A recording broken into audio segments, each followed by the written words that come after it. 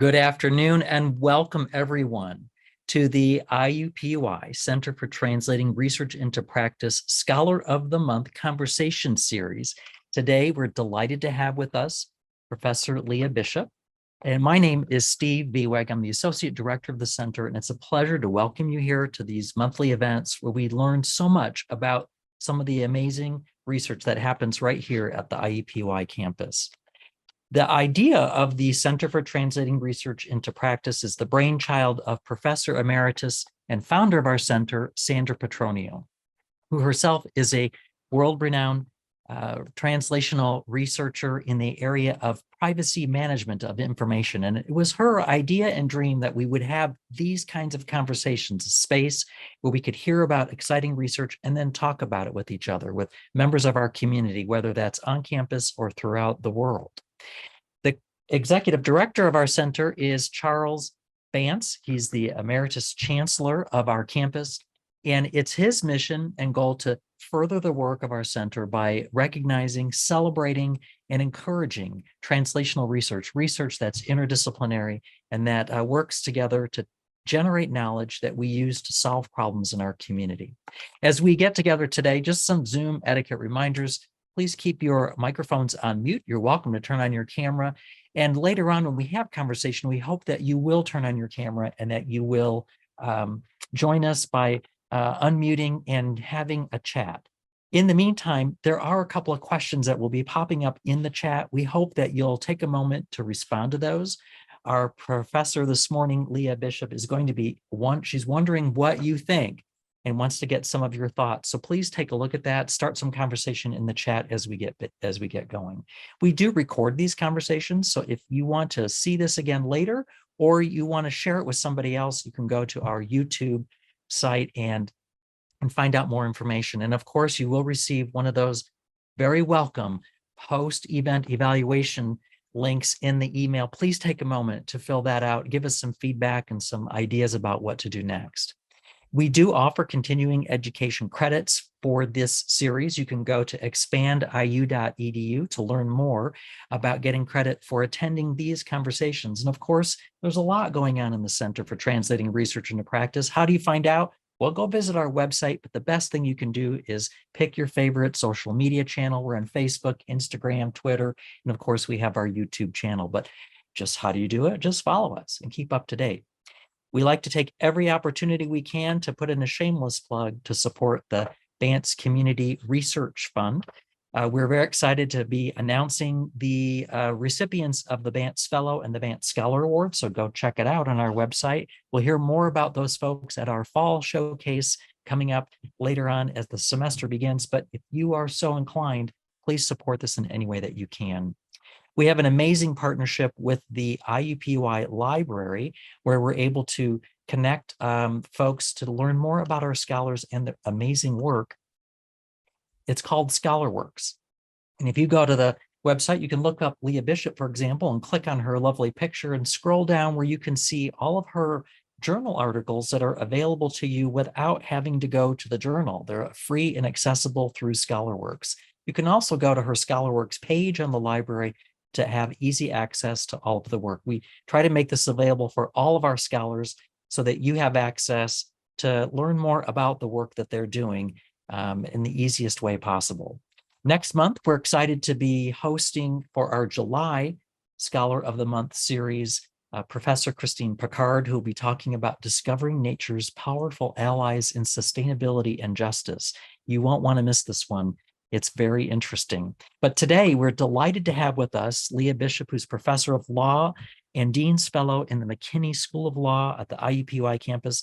And her translational research focuses on ending book hunger. It's a pleasure to have her with us here today.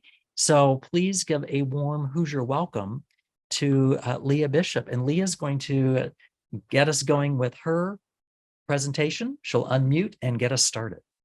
Well, hello, everyone. Thank you so much for being here today, making time for this conversation. And I do really hope that it will be a conversation. I have some prepared remarks at the beginning. But for me, it's the interactive and the sharing of ideas that is so exciting.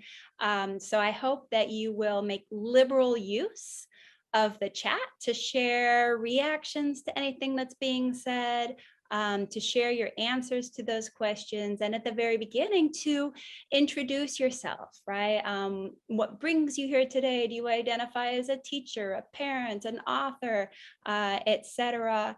And sharing answers to those initial questions. What is your favorite children's book and why? And that'll help me also tailor the presentation.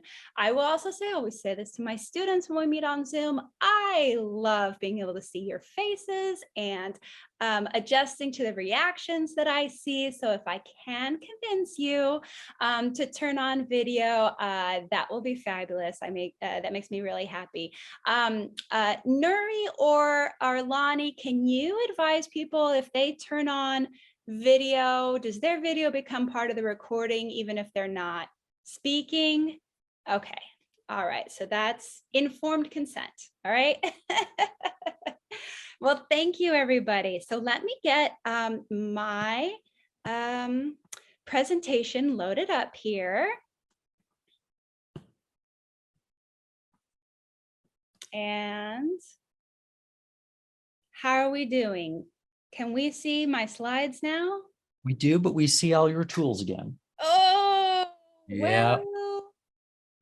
But that's giving people some time to offer you their favorite books in the chat. So we'll take a look at that. I am worried that if I hide my tools, I will, oh, now that takes up space. Okay, I think we're going to go with this. Okay. So my name is Leah Bishop. I am a professor at the Indiana University McKinney School of Law on the Indianapolis campus. I specialize in teaching human rights law and copyright law. And something that's unique about my research is that I really marry those two things. I look at copyright law from the perspective of human rights and social justice with a very international lens. And I've been doing that for about 15 years. In the past 5 years, I've looked increasingly at the global problem of childhood book hunger is what I'm calling it. And that really refers to the scarcity and the inaccessibility of reading material that is affordable, culturally relevant, and in the right language for approximately 1 billion children today globally. But I like to start with this, right? I asked you to share in chat with me, what is your favorite childhood book? And I bet a lot of you can guess mine with this hint. Is this ringing bells for anybody? This is the Pokey Little Puppy. And what is interesting about the Pokey Little Puppy, it is that it's part of this Little Golden Book series. So these appeared in the United States starting about in the 1950s. And in the grocery store, the checkout line, the department store, these would be on display, and they were very affordable, originally 25 cents. And I think they sell for maybe $3 now. And this was a very big shift in American children's literature. It democratized book ownership, which previously had been a luxury for the elite. And it really made reading accessible to children from a much broader range of life backgrounds. And that's particularly important because science, social science researchers have found over and over and over again that if you want a sense of where a child is going in life, what their opportunities are going to look like, what educational level are they going to achieve, what will their future income be, that the best predictor is to look at the number of books that is in their home. This matters more than parents' educational level. It matters more than the income level of where they grew up. And I find it particularly fascinating that this is a finding that they have replicated and found to hold true, not only in the US, but in many, many countries around the world. capitalist countries and communist countries, countries of all sorts of different languages being predominant, rich countries, poor countries. This is a universal finding, right? The most powerful predictor of a child's future opportunities in life is personal book ownership. And that's a problem because for most children in the world, the number of books in their home is 0. Here's a picture that I think really is one of those picture worth 1,000 words examples from a school in India, in Africa. And you will see that even in a classroom, right, even the most basic thing, a textbook, we have 4 students sharing it here. And this is a common problem. In fact, development interventions, one of the things that they have focused on is making sure that they get 1 textbook per child in the schools. And there have been the studied results of that have been that, for example, all across Latin America, this is a very cost-effective, successful intervention, is to make sure that every child has a textbook that they can take home with them. And they have not found that result to equally hold true in sub-Saharan Africa. And I think the explanation for that is that when you give Latin American children a textbook in Spanish, they speak that language. They can take that home. Their parents speak that language. All you have to do is decode it and sound it out loud, and boom, you understand what's being said, right? And we have literally thousands of different languages being spoken across Africa. So when you give a child a textbook in French or English, there is no guarantee that language is going to make sense for them. So one of the most important points that we can make right at the outset is that when you're thinking about getting books into children's homes, getting books into their hands in the classroom at home, it matters crucially what language the book is in. The language has to match the child. Leah, perdón, Leah, Yeah. we are still seeing your intro slide. So however you have it set up, we are not moving along with you. There's been a lot of comments. People want to see what you're seeing. So you should try this again. Professor Bishop, do you want me to share my slides? There we go. Okay, No, now you're in it. Oh, thank you so much We got it. for this is the little golden books that I was referring to. If you didn't encounter those growing up in America, and this is the I was describing the picture. All right. Okay. So as we think about like how are we going to get books to children or children's to books, this is a major part of my research, has been looking at the ways that nonprofit organizations are already doing that successfully. And one of the big strategies that is available these days is using digital book delivery, right? Because this is a device that people already own. There are already on the planet more smartphones than toilets, right? So this is, we may have gaps, we may have less data availability in many places. We may have only 1 cell phone per family rather than 1 per individual, but this is a potential library in almost every home. So where are then the books going to come from to fill this library? And still on the delivery level, if children are not going to have their own phone to read books all day long, what else can we do? And the best ideas and solutions to this are coming from local context where people know what their specific community challenges and opportunities are. I love this example. We have, I think this is actually a library setting. It might be a classroom setting. And you can see that with just a projector and probably a Chromebook, stories that have been created and saved in slide formats are being projected so that you can have a color story, font large enough for students to read. And so we could have 60 students at once reading the same book, although nothing has ever been printed. print is challenging and language is challenging. And if you've grown up all your life speaking English, reading in English, you might not appreciate how uniquely special the advantages are that come with being born into the English language community.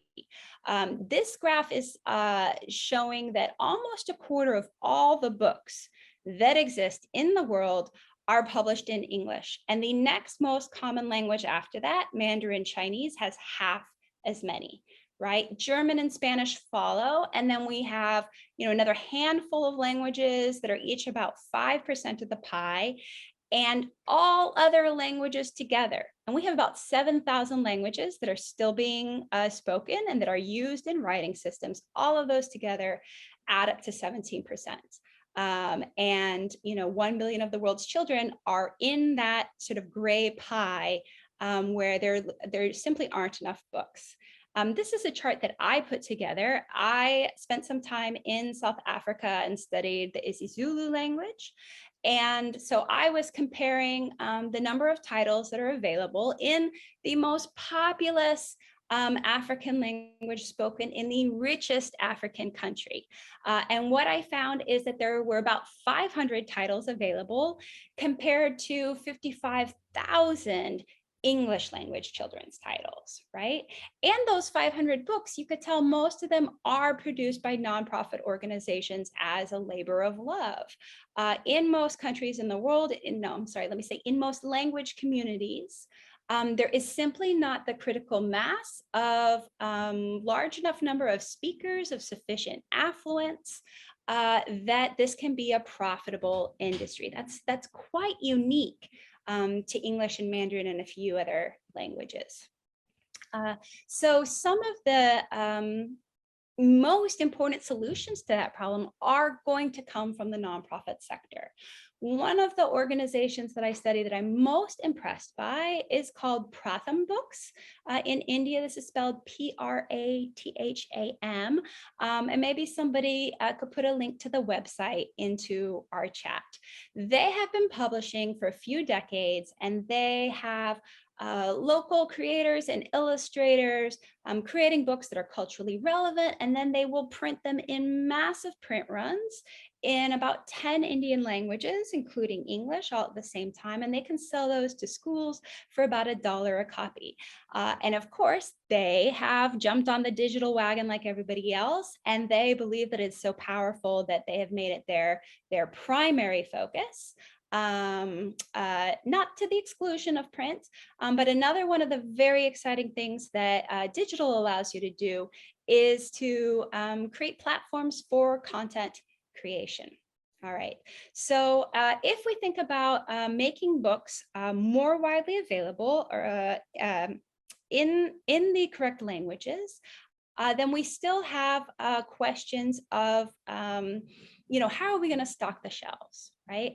One of potentially the quickest ways to do that would be to take this vast resource that we have of 55,000 children's books in English and simply translate those. The very first time that I presented this project to a group of colleagues very early on, before I'd interviewed organizations, before I knew what the solutions were, I thought we needed to create all the books from scratch so that they would be culturally relevant. And everybody immediately said, no, we should translate. That's the efficient shortcut. And I was very resistant to that because of this problem, right? Even in the United States, there has traditionally been a problem with books being culturally relevant to a broad cross-section of the population, right? So in 2012, only 3% of children's book titles had African-American characters. Only 1.5% had Latino characters, right?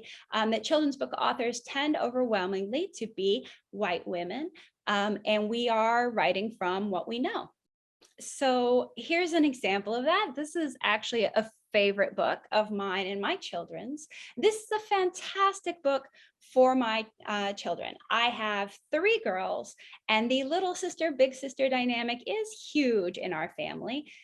These characters are called Marigold and Lily, but when we read the book, we make it about Josephine and Ellie. And these children do things that my family does, right? They have ballet lessons and performances. They go to the art museum.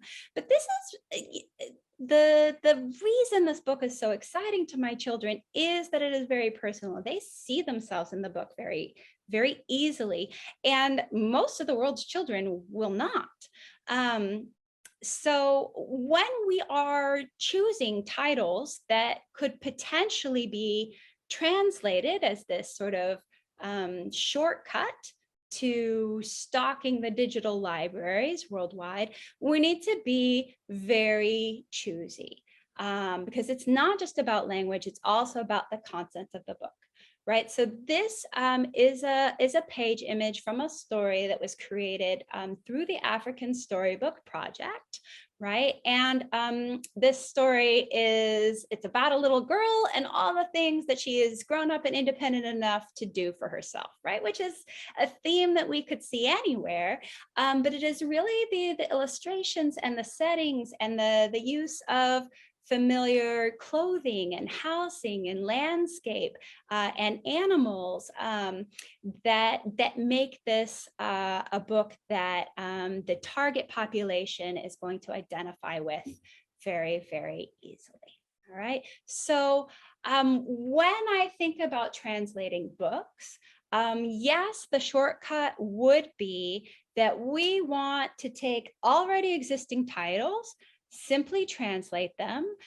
We could reach 99% of the world's children by translating into only 1,000 languages. We don't have to reach all 7,000 because there's a curve where increasingly they have fewer and fewer speakers, right? If we want a 99% solution, 1,000 languages will achieve that. And if we have a core library in each of those languages of 50 titles, that just means so much for the early development of children's literacy skills, right? So to create 50,000 titles, a shortcut approach is very much needed. And so I started looking again at more carefully, coming back to this question of, well, are there books that we could translate that would be culturally relevant? And I started to find them when I was looking. So Nikki Daly is a South African author, has just this lovely, lovely book. My children and I love reading it together. It's a little girl who does something naughty and ruins her mother's dress. And then, you know, the community comes together and saves the day, right? So it is a theme that children everywhere can identify with, right? Messing up, getting in trouble, being forgiven. But again, it has these, you know, specific context. And when I was at a conference in Johannesburg, South Africa, I met a woman who owns a small publishing company in Ghana. And she said she discovered this book at a children's literature conference in Mexico and thought immediately, oh, this will resonate perfectly with children in Ghana. So many books do travel well. What types of books can travel well? Here's an example that some of you will recognize from a very famous American author. And this book is set in a US city, but when I saw it, my eyes said, oh, this could be Johannesburg, South Africa, right? So it is a little bit like sifting for gold to go. And I used to sit in the public library and just read through hundreds of children's books to see what could be our candidates for translation. And I figured out that there are a couple categories that these really fit into, right? There is a genre of folk tales, and they travel so well, right? Children everywhere are interested, and there's sort of two varieties of these that I see. One is more traditional folk tales, and the other is sort of a more modernized, but they still have those folk tale-y elements of there's a traditional setting without a lot of material possessions. There's a moral. These are teaching stories, right? And teaching stories are a core part of children's education and growing up worldwide. Next, we have a genre that is, relatively recent in the United States, where we have authors specifically making for American children books that are set in and reflect a different culture, right? Which might be international, such as this book Goal that is set in South Africa, but sports something that children around the world identify with, or they're domestic, right? Abuela, a perfect example of a story. I think it's set in New York, has its very culturally specific setting, characters, but very widely appreciated. These are another category of books that travel well. And there are already at least 750 titles in print in the United States that meet these criteria. Another category I found, books about science and nature. Those travel very, very well. And this is a larger genre. We have about 1,000 of these that we could draw from. And the largest of all, books with animal characters do tend to be, they can travel well because they are less culturally specific, right? Especially if they're in natural settings, with characters that are anthropomorphic in that they're going to speak, they're going to have these social interactions, but as long as they are not dressed in clothes that sort of marks them as specifically of a particular culture, these again are stories that children from any ethnic background, cultural background could project themselves into and see that they belong to.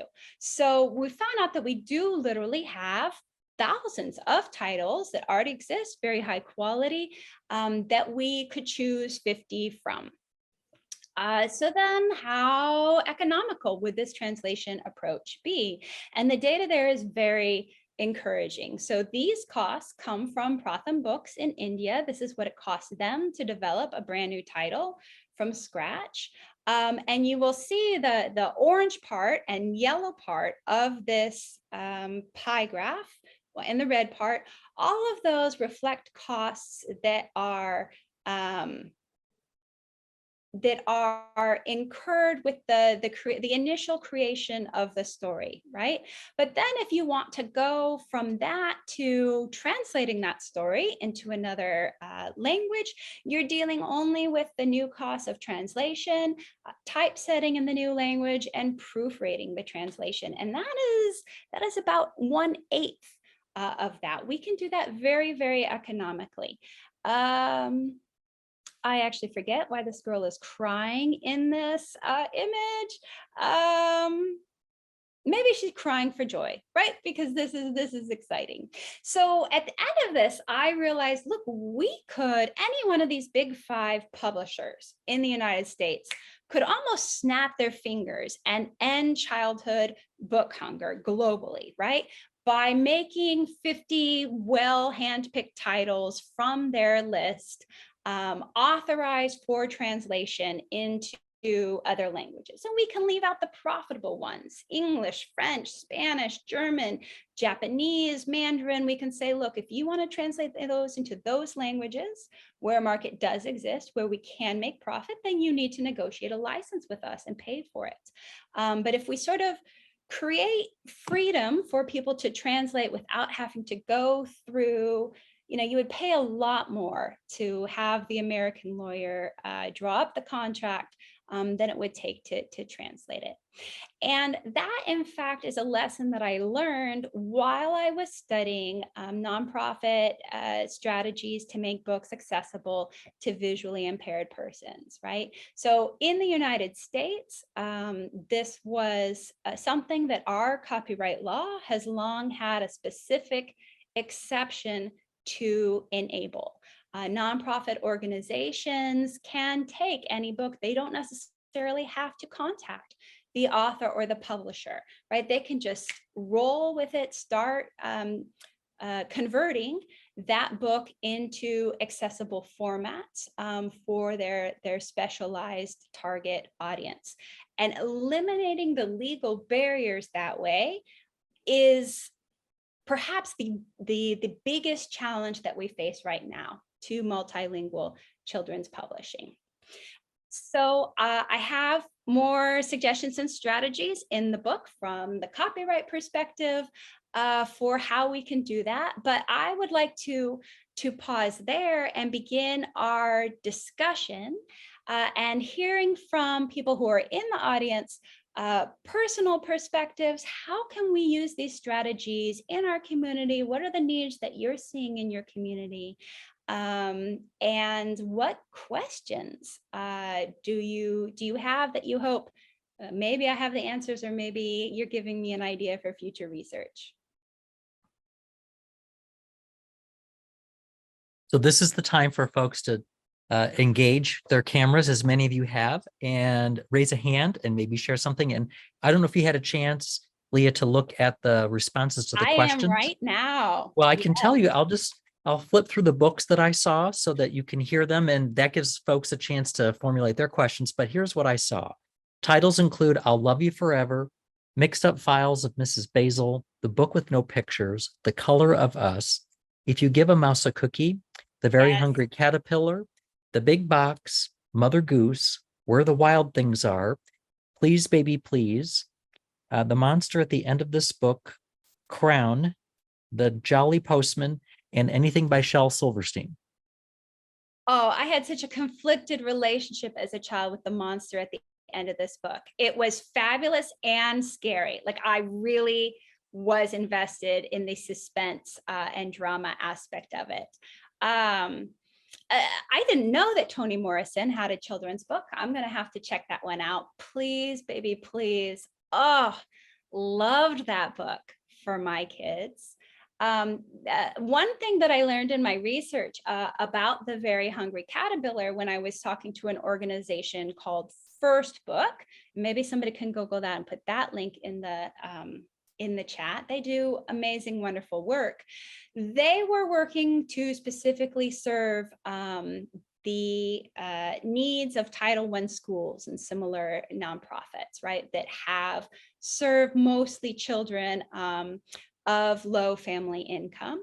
And they had teacher parental demand for bilingual books, right? So the child is learning English in school, but you also want them to be able to have that book at home, reading it with their parents, facilitating that, that exchange and bringing reading into the home. And what they had found was Very Hungry Caterpillar. They had it in English, they had it in Spanish, but it never occurred to the publisher to put the two of them together into a single copy. That was a request that came from the grassroots.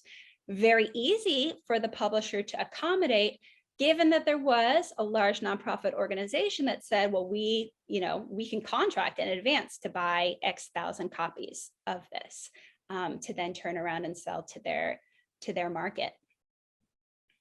Oh, you know what? That reminds me, because I had that, we saw that the pictogram in there about 2012, the lack of diversity in children's books. I need to also add in a recent one, because this has changed so much. The children's book industry in the United States now has become dramatically more diverse, and that didn't happen by accident. That is the result of so much nonprofit organizing and creating the market for that and pushing for that. And it's just been amazingly effective.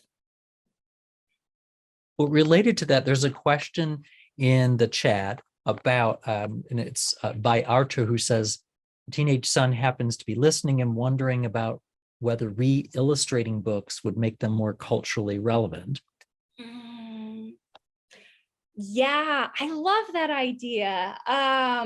We have some lovely books that I think are kind of an instant turnoff from page one if they're centering white children. I see this sometimes in lovely science books, but the very first page, it starts with two white children looking at a book. We're curious about science, right? And that just narrows the relevance of the book, right? It can create an impression that, oh, these things are for kids that look like this and not for kids that look like me. I noticed that Latasha Rowley said that in her capacity as working with tutoring and mentoring for kindergarten through fourth graders, that she loves the book Crown because it is very culturally responsive for Black males.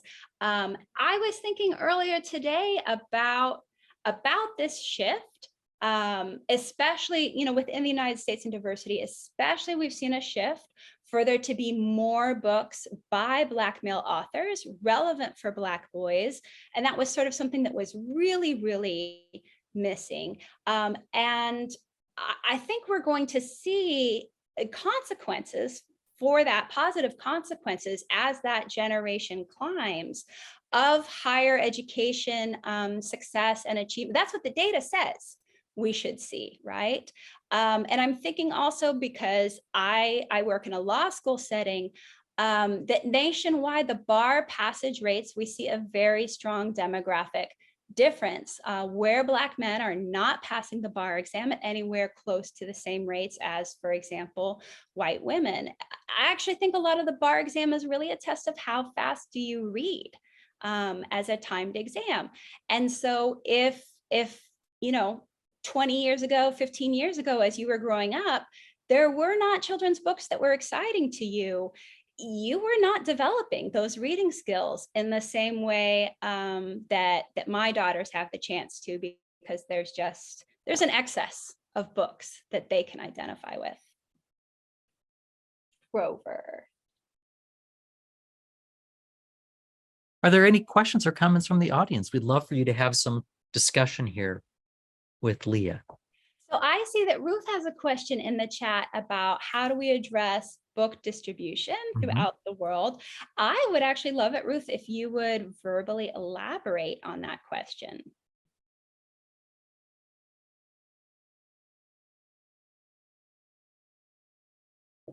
Hi, Ruth. Hi, everyone. Ruth Ann. It's Ruth Ann. Ruth Ann. Yes, yeah. Well, I just know that in parts of the world, when it comes to getting food distributed to certain areas of the country, that there are barriers that come up. And I would think that those same barriers might be there with print books. Now, maybe not with digital, but certainly with print books. So how do you address that? You are so right. And that is what I hear from organizations in the developing world is the exciting thing for them about digital books, right? In the United States, it's just sort of like one more option, right? Because I can go to Amazon and have the book I want show up on my doorstep later that day. And that is just not the reality in other places, right? And we can have very long roads, lack of highways, elevation changes that make things very challenging. I read the founder of the organization World Reader visited and took books with him on Yak to get to a community that had said that they wanted books. So the distribution challenges are very real. What is, I think, more surprising is that for books, the challenge is 1,000 times greater than for food, right? Because I'm in Puerto Rico right now. I'm planning on eating some rice and beans later today. Let's use that example, right? Everybody in the country is happy to eat the same rice. That is not how it works with books. You have to get the right book in the right language at the right reading level to the right kid. That is an enormously difficult distributional challenge. I had talked to Pratham Books again in India, and they're so creative. They said, we tried everything to solve this last mile problem, this distribution challenge, so that we were getting our print books not only to schools in the major cities, but that we could really reach villages. They had a partnership with a company that distributes products, toiletries, and tried having them in the railroad stations. And she said, finally, we realized even if we had a partnership with Coca-Cola, which is probably has the most extensive distribution network of anything in the world, right? Anywhere you go, you can get a Coca-Cola. She said it wouldn't work because everybody wants to drink the same Coca-Cola. You can ship one type of Coca-Cola everywhere, but you would need thousands of books to find that fit. They're very unique and personal. And that is what is amazing about the digital distribution, right? Is that when I have that cell phone library in my pocket, I can choose. I can choose from thousands. They are all they're sort of like a magical Mary Poppins bag. There is I think a similar or related question here. Is it Arthur or Artur?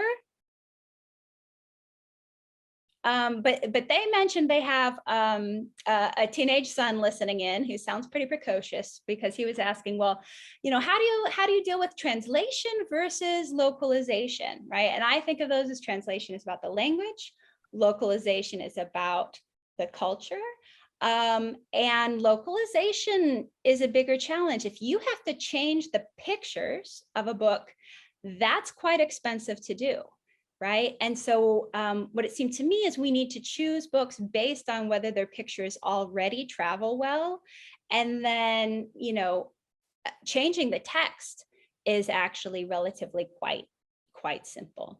I don't remember if you remember the pie chart, but the illustrator gets paid more than the author, because that's where the labor is in children's books.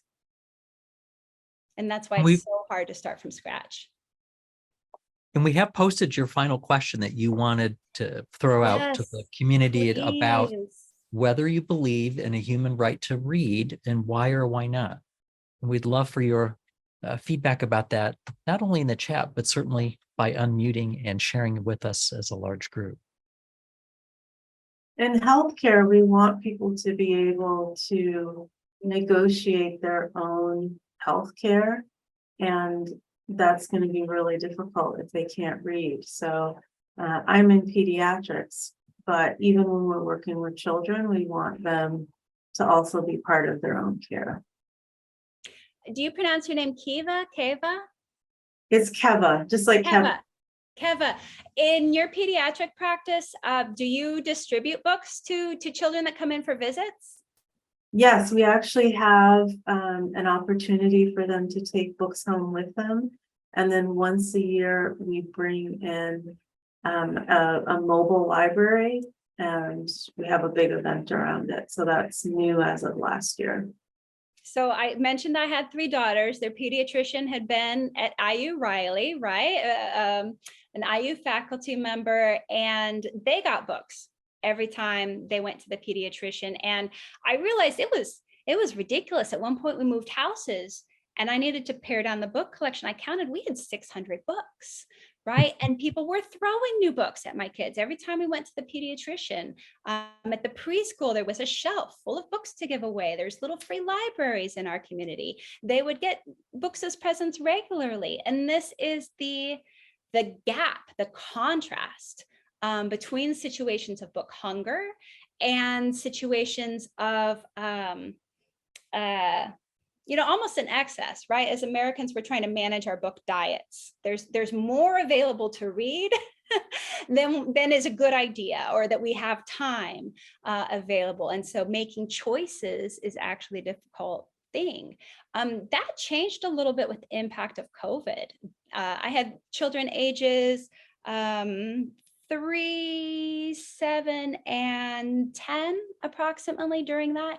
And for the first time, my family was experiencing book hunger because the kids were not in school. The library was closed, right? And so all of a sudden, this became not just something that I studied, but that for the first time, my family was affected by. And in the absence of those sort of socially structured and government funded mechanisms to make books available to my children, it was an incredibly noticeable challenge. I see that Christy has her hand raised. What would you like to say? Yeah, I'm curious if other countries are experiencing book hunger in the form of policy restrictions. So thinking about book banning that's happening in the US. And then additionally, the pivot back to or towards, again, the science of reading and how that has the potential to impact restrictions on what is read, or at least what is purchased by schools to be read. I'm just curious about that. Oh, those are great. Those are great questions. One thing that we are still working on in the US, I think maybe Indiana just passed legislation about this, about requiring teachers to be trained in phonics-based literacy instruction. That is a difference that you notice between at the very lowest resourced education districts.